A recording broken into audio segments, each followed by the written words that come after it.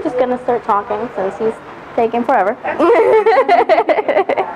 I'll tell you a little bit about what I do. I work over at the Village. I've been at the Village for 2 years, and Rob and I are kind of starting to create this team, and it's called Surprise and Delight.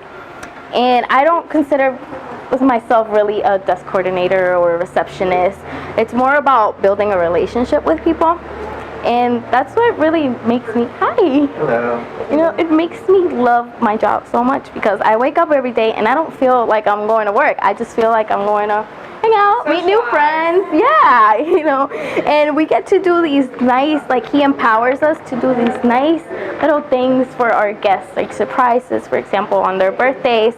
I get to bring them a little gift or buy them a cupcake or a cookie, you know, and to see their faces when they get that little gift, that surprise, like, oh my gosh, you remember, that really makes it all worth it for me. It's just an amazing feeling that I get inside, and the fact that I'm being surrounded by so much positivity, so much happiness, smiles all day long. Nothing can ruin my day. And I might wake up, you know, sometimes like everybody else, not saying that life's perfect, and I'll be like, oh, I don't want to go to this meeting, I don't want to go to work today, I want to stay in bed. But once I get to work, it's like completely different, because it's like entering our own little bubble of just like this perfect world. And I know it sounds silly, but it's like, you know, even if there is a breakdown, the relationship, you know, there could be a guest and be like, oh, how's, even the little things, if they ask, how's your daughter? The fact that they even remember that I have a daughter is just really nice, because it makes me feel like they care.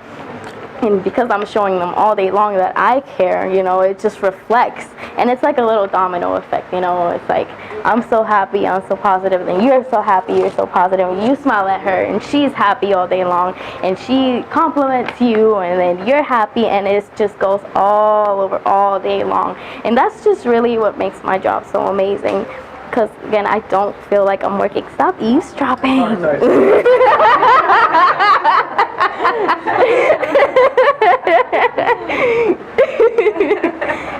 But yeah, he's really awesome.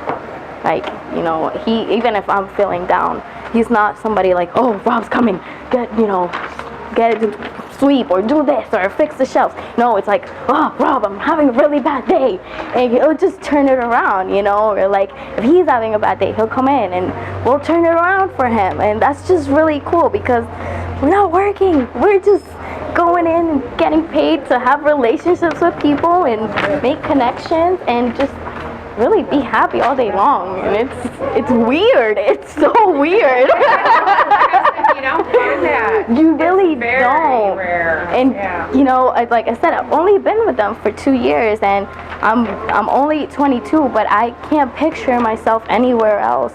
This is my career. This is what I want to do for the rest of my life. Awesome. I don't want to risk going somewhere else and being miserable. Yeah. So it's just really nice. It's a great environment, and everybody cares for you, you know. So I just think that's awesome. Yeah, I mean, it's to the point where I'm so happy all the time. People are like, what's wrong with you? And they look at me like I'm weird. I'm like, I'm sorry. I could get home, and if my husband like tries to argue with me, I'm like, I had a great day, so sorry. I don't hear anything. So it's not really like just at work. It's the point that it reflects, you know, at home too. It's like a lifestyle. It's not just happy at work, I go home and oh, this go going on. It just, you know, it's like you become addicted to it, really. So I don't know, I just think it's so cool, and that's why I come here and I tell people about it, and just hope that somebody can, you know, hope I can transfer that to somebody. I always say, you know, I'm not working, I'm just here to save the world. You know? What did Mickey tell you? She was telling us about how the sorry.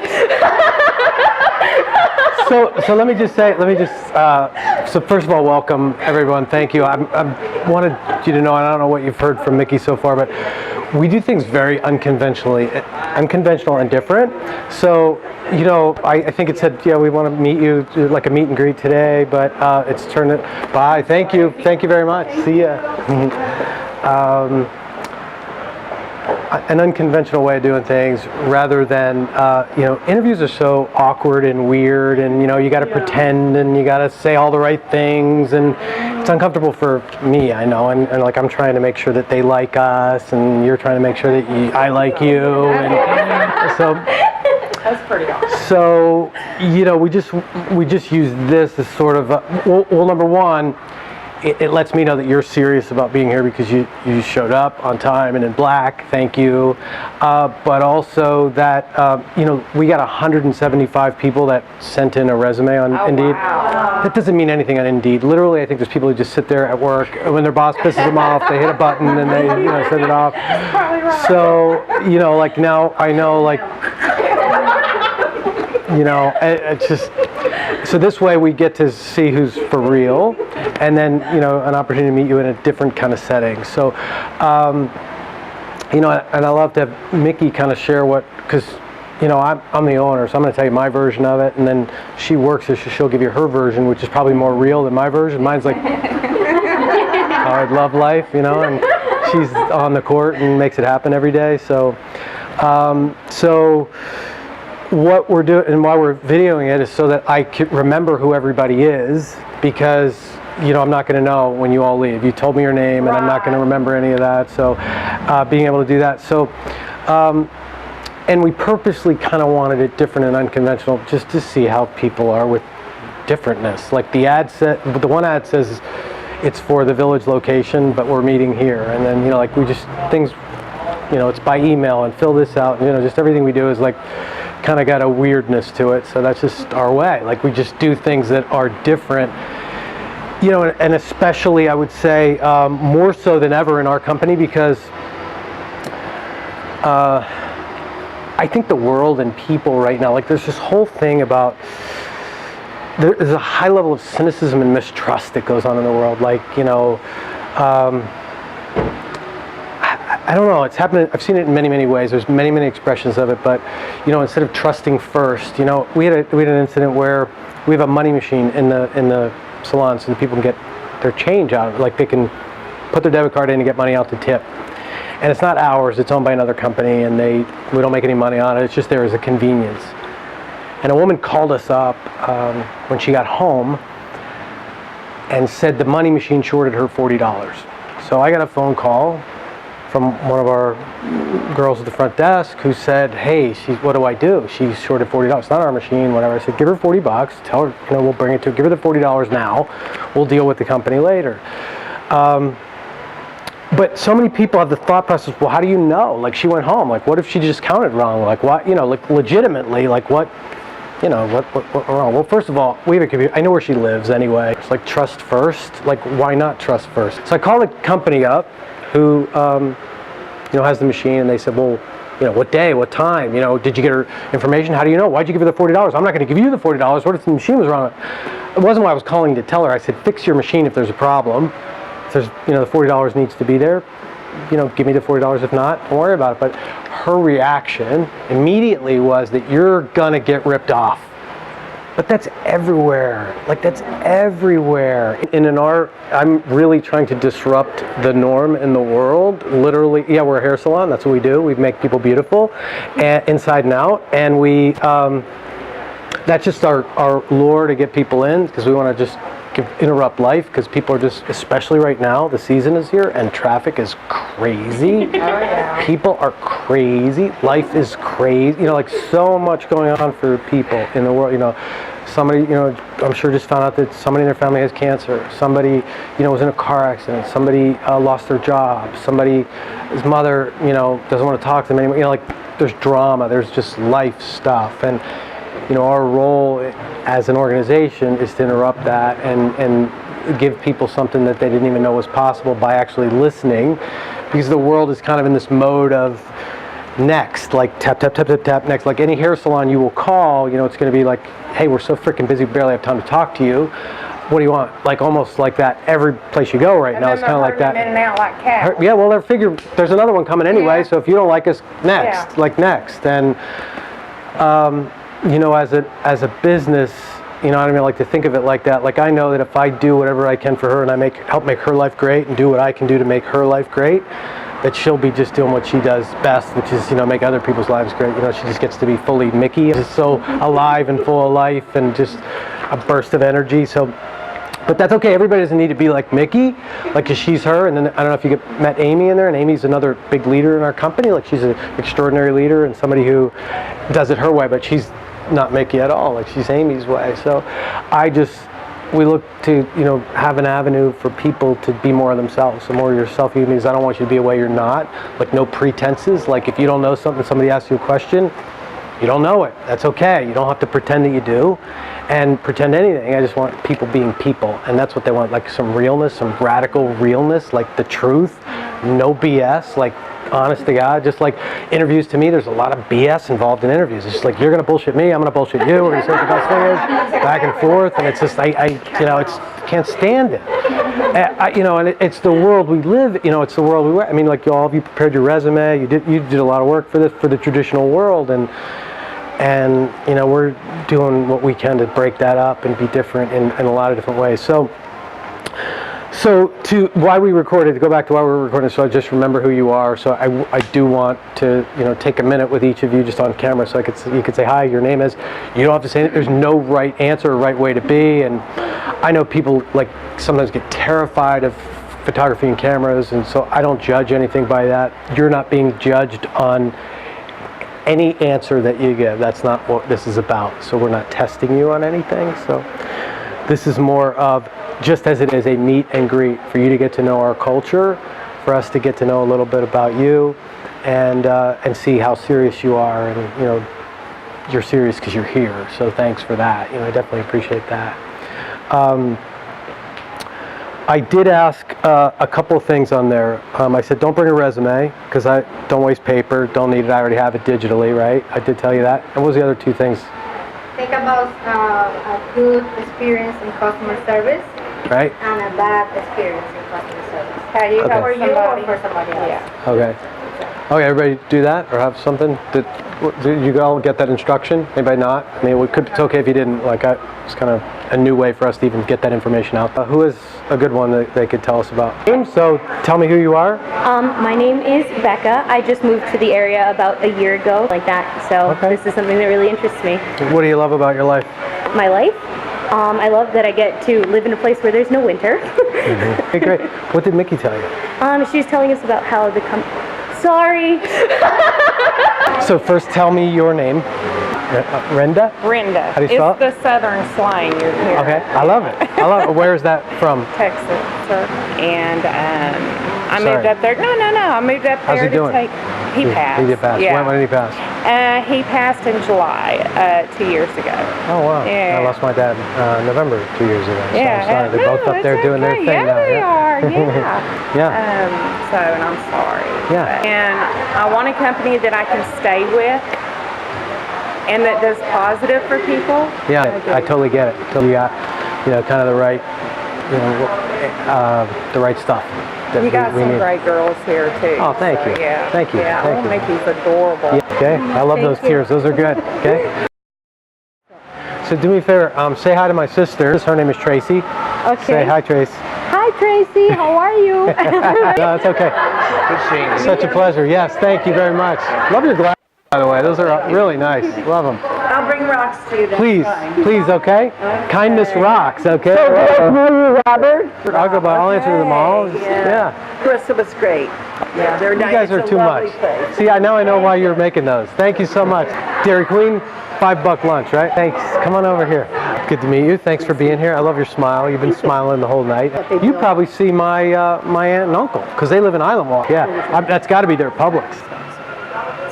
I'm glad you're here. Thanks for being like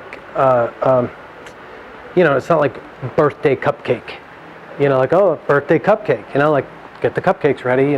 But literally, it could be something different. It could be, look in the computer and see that the woman hasn't been here for 4 years. She stopped coming. Like something happened. We don't know what, but we can tell that she's back now, and that's a pretty big deal. We get another shot. So most people won't tell us when they don't like it. They just go away, and I hate that. I hate that. I just would love to know what we did, or what we can do, or what we can do better, and we'll do whatever it takes. and I mean it. But somebody who comes back who hasn't been here for 4 years, like that's a big deal. So, you know, like what can we do for that person that's different? You know, we don't always have cupcakes, but how can we celebrate her?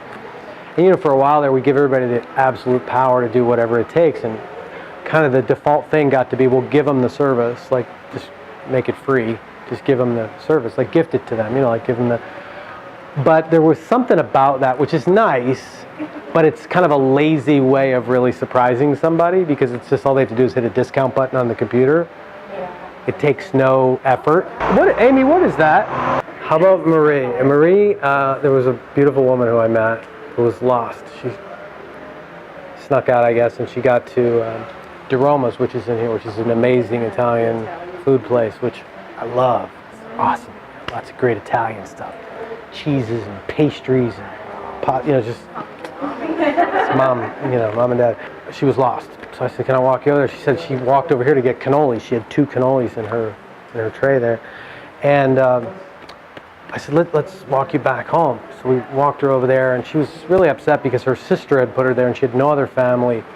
She was alone, and she'd been alone for Thanksgiving, and you know, my heart was just so aching for her because I just felt like she was lonely over there. And she said all the guys over there are hitting on her in that place, and she can't take it. She said, they have no respect for her. She said these younger men are after her.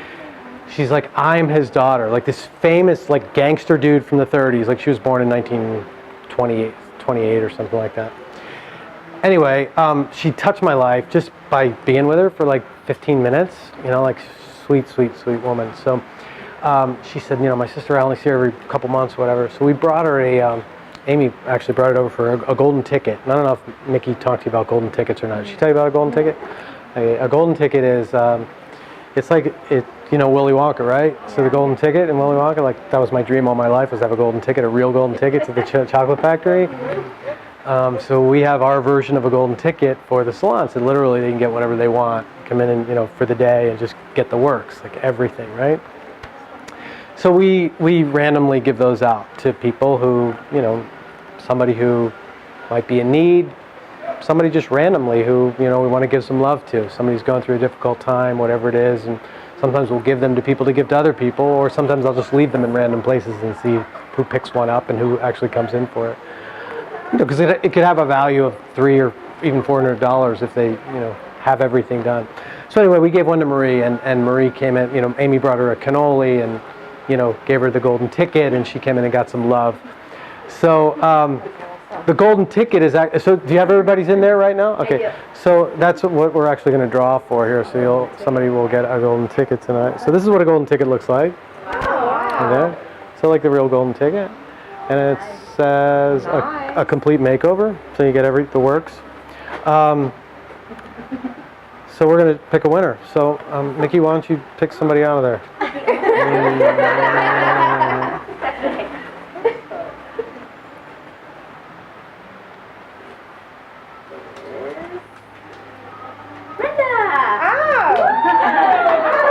Awesome.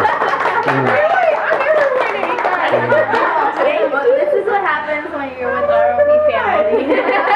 Yay. Oh, wow. Thank you. Congratulations. Oh, my Yeah. gosh. Yeah. I'll probably need a makeover. I don't think I've had a real haircut in I don't know how long. Well, good. You'll get to experience, you know, our way. So, so to kind of 5:30's hang in there because you're kind of getting the meat of it. I'm going to talk to you. No, so you can stay with us. But I'm just going to talk to you like after on, so I get your, you know, who you are, and I'll do a little piece with you alone. Okay.